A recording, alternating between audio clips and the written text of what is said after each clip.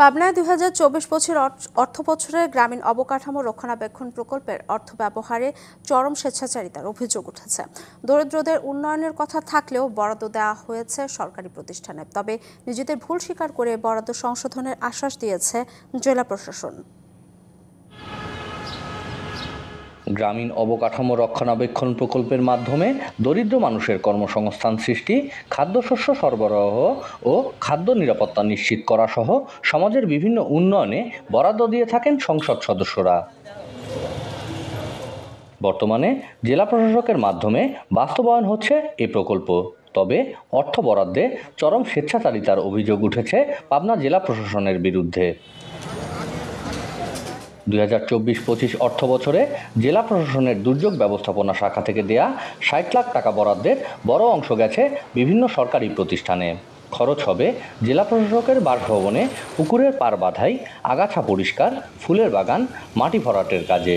Circuit হাউজের রক্ষণাবেক্ষণের দায়িত্ব গণপূর্ত বিভাগের হলেও বরাদ্দ রাখা হয়েছে এ খাতেও।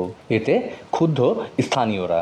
দুস্থদের জন্য যে বরাদ্দ প্রায় ৬০ লক্ষ টাকা, সেই টাকার অধিকাংশ টাকাই তার বাংলা রংচং করার কাজে ব্যয় করেছেন জেলা প্রশাসক মহোদয়। এগুলো গরিব মানুষের জন্য টিয়ারটা, এটা দিয়ে শহর বা জেলা পরিষদ বা উপজেলা এটা করার কোনো কিছু আমার মনে হয় নাই। মাঠের অলরাউন্ডার আমি, আর ঘরের allrounder Tilex. Tilex toilet cleaner, clean মানেই টাইলক্স। এই ব্যাপারে নানা অজুহাতে ক্যামেরার সামনে কথা বলতে চান না দুর্যোগ ব্যবস্থাপনা শাখার কেউ। তবে নিজেদের ভুল স্বীকার করে পুনরায় বরাদ্দ সংশোধনের আশ্বাস দিয়েছে জেলা প্রশাসন। টিআরের টাকা পৌরসভার মধ্যে ব্যবহার করার আসলে সুযোগ আছে কি?